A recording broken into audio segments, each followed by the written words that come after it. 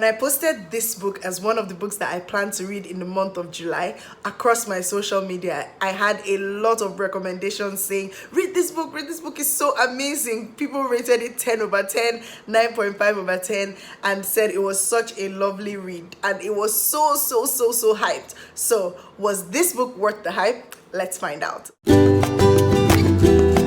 Hi guys, welcome back to my YouTube channel. It's Rachel here. Hit that subscribe button if you've not done so that you never miss a thing. You can also like this video so that it's recommended to other viewers as well. Today, as I said, I'm going to be talking about this book. It's called Homegoing by Yaa Gyasi. I'm going to be doing a book review on it and just sharing my thoughts on what I felt about the book in general. Yaa Gyasi was born in Mampong, Ghana, and raised in Huntsville, Alabama in the US. Homegoing is her first novel. It was selected for the National Book Foundation's 5 Under 35, shortlisted for the Center for Fiction's First Novel Prize, and won the National Book Critics Circle John Leonard Prize for the Best First Book. Now, what is this amazing book that you guys say is amazing? What is it about, right? Efia and Essie, two sisters with two very different destinies, one sold into slavery, one a slave trader's wife. The consequences of their fate reverberate through the generations that follow, from the Gold Coast of Africa to the plantations of Mississippi, from the missionary schools of Ghana to the dive bars of Harlem. Spanning continents and generations, Yaa Gyasi has written a miraculous novel, an intense, heartbreaking story of one family and through their lives, the story of America itself. Oh my goodness, you guys, this book literally took me on a trip. Like, I don't even know where to start from. It's actually historical fiction, and reading this book just brought back so many memories of the times when I was in secondary school or the historical fiction books that I've read. And I know that that's a genre that I've ignored for quite a while, but oh my goodness, this just literally reignited the fire in me to read more historical fiction. Like, I love history. History was literally like my favorite subject in secondary school, so just reading this made me so excited. The plot is basically about two sisters and their generation. So the book actually chronicles these two sisters. One is a slave trader's wife, one is sold into slavery. They each have children, and those ones go on to have children who have children who have children, and it follows like 8 or 9 generations of Asante women in Ghana and how the actions of international and domestic slave trade, as well as racism and discrimination, basically affect their lives and the lives of their generations. I would probably describe the book as a collection of short stories of each of these individual characters, because while the stories are individual, they're still very much intertwined, because it's about family and about the effect of some of these external forces and factors on the individual lives of these people.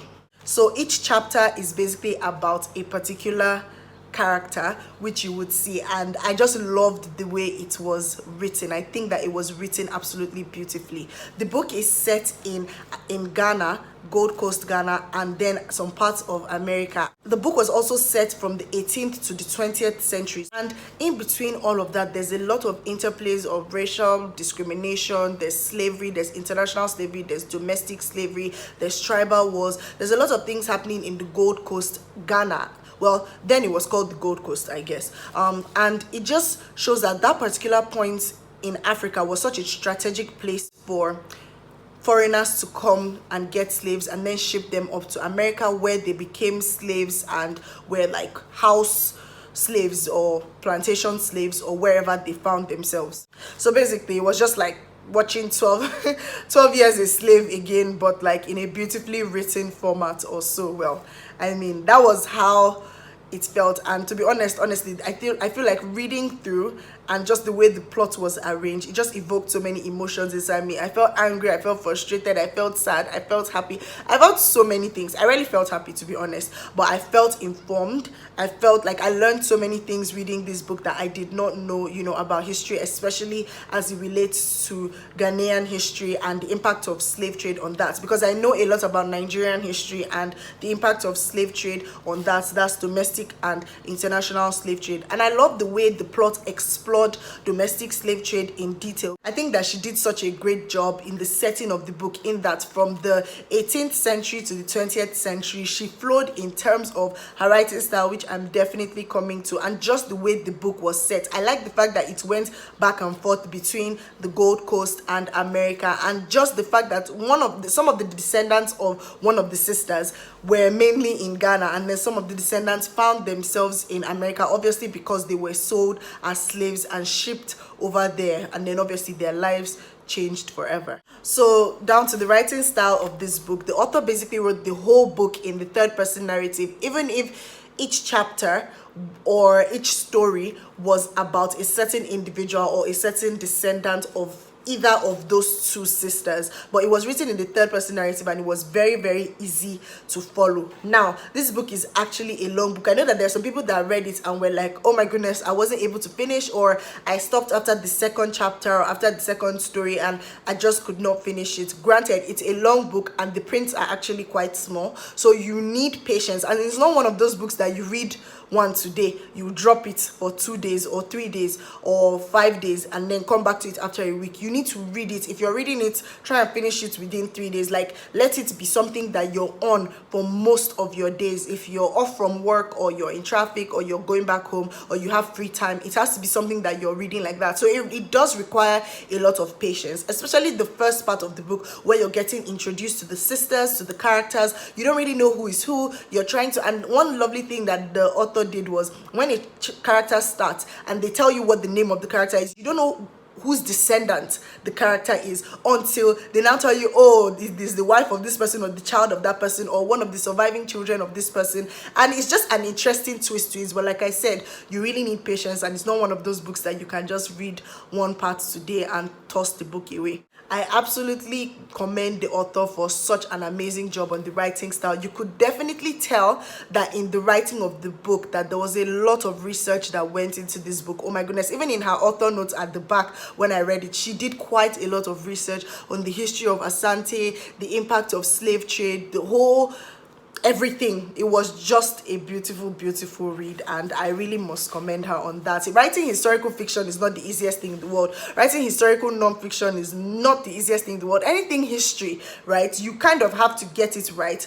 Even if it's fiction, you just really don't want to put in facts that are not true, especially when it relates to a sensitive topic like racism or discrimination or slave trade. Down to the characterization of the book, I thought that was what really, really carried the book, obviously, because like I said, I felt that the book was maybe a collection of short stories of each of these characters as they were divided into different parts of the book, and how their lives sort of were intertwined, even if they were individual stories and individual experiences that were impacted by slave trade and racism. Honestly, some of the characters' stories really, really ripped me apart. There was some that I just had to stop reading. I was just like, oh my goodness, this is just too bad. Anytime I just read or watch things about slave trade, like, it just, oh my goodness, it just makes me feel so, I don't know how to feel, honestly. Like, it just brings up so much emotions inside of me, like just knowing that, you know, your ancestors out there might have gone through something like that. Each character had a story to tell, and it was told beautifully, maybe a little bit painfully, but it was told beautifully. You sort of had the opportunity to fall in love with them and their pain and their grief, and just see life through their eyes, even if the book was written in the third person narrative. And I felt that it was the characters that really, really carried the book.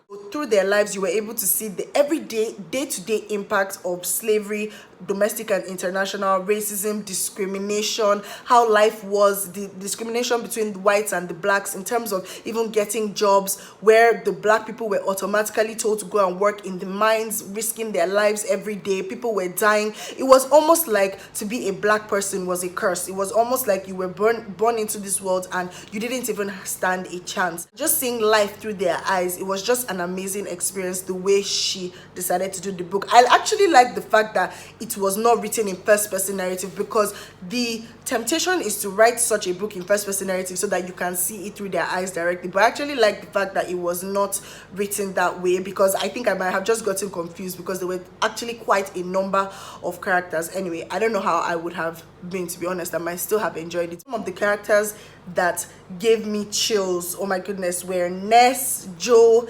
H, and Aqua, or Aqua. I don't even know how to pronounce the name, but oh my goodness, I just couldn't deal. Like, when I was reading about these stories, man, it was, and you know what was crazy? The fact that these characters are so real and relatable. Like, this book is not something that you just read and you're like, oh my goodness, this happened, that was so sad. It was so real, and it was so relatable. And the fact that these things actually did exist, like, these were the systems that were put in place for certain administrations and certain countries to prosper. These were the things that basically happened in the past. And you know, sometimes it's good to be confronted with your past as well, maybe not necessarily dwell on it, also focus on the present and the future. But man, the characterization on this book was actually top notch. The author actually does like a map, like a family tree, so that you also don't get confused. And if you're reading along the line, you get confused as to who is who and who married who, you can also revert to the family tree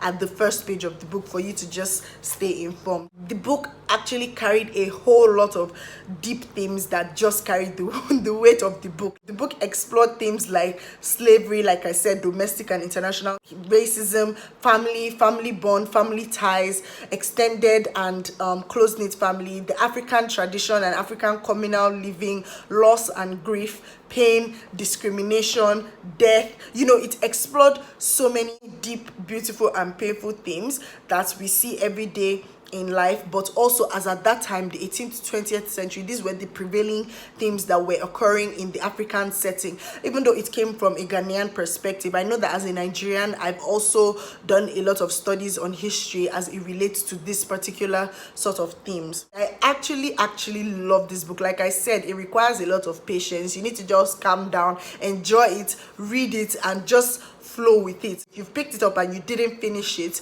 then you can go back to it and just make sure that you read it all through. So all in all, was this book worth the hype? Yes, it actually was worth the hype. I would definitely score this book a strong 9.5 over 10. I think that the author did such an amazing job with the characters. I cannot believe that this is her debut novel. Like, oh my goodness, so people are just so gifted. Like, it's just insane. Like, how can this be your first novel? She did a lot of research, she did a lot of work, she did a lot of studying just to put this lovely fictional book together. So I got my copy from Roving Heights. If you're in Nigeria, you can get your copy from Roving Heights. I guess if you're anywhere else across the world, you can get from Amazon. Thank you guys so much for watching this book review. I will see you in my next video. Bye.